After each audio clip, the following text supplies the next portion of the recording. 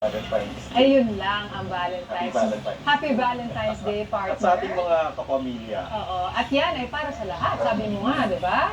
O dapat pati sa magulang, bumabati ng Valentine's Day. Sa lahat. At may nakita nga akong meme sa lahat ng mga nagmamahalan, mga bigas, gasolina, lahat na. Ibang mahal naman Ayun yun nga. eh. Para sa lahat naman talaga itong ating Valentine's Day. Oo. Well, mga abangan tayo, lalo na ikaw, Yes. sa The Hague, the Netherlands. At yun nga, nilabas na po yung mga co-perpetrators doon sa kaso ng crimes against humanity of murder.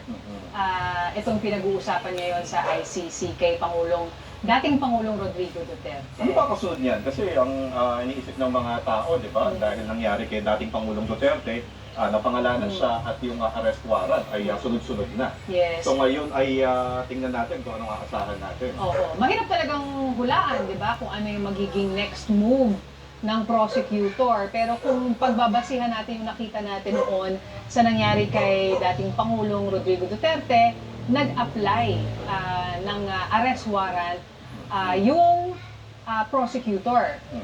Pwede ring option sa pagkakaalam ko yung magsampa o maghain ng hiwalay na kaso. Pwede rin yun. That's also an option. Pero kung idudugtong dun sa kaso ni dating Pangulong Rodrigo Duterte at gusto nilang kumbaga mapunta sa kustodiya ng ICC, kailangan mag-apply ng warrant of arrest.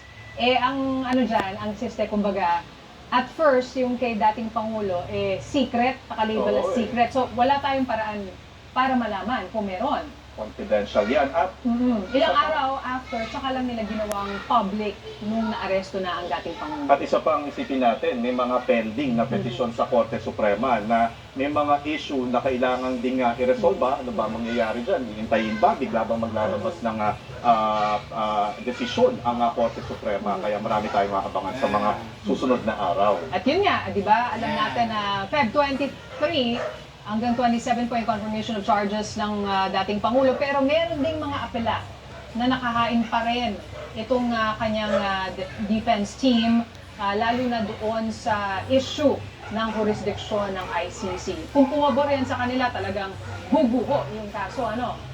Pero kung sabihin na meron silang jurisdiction, mahaba-habang tuloy-tuloy na proseso po itong makikita natin. At sana'y tuloy-tuloy pa rin tayo, lalo na Of course!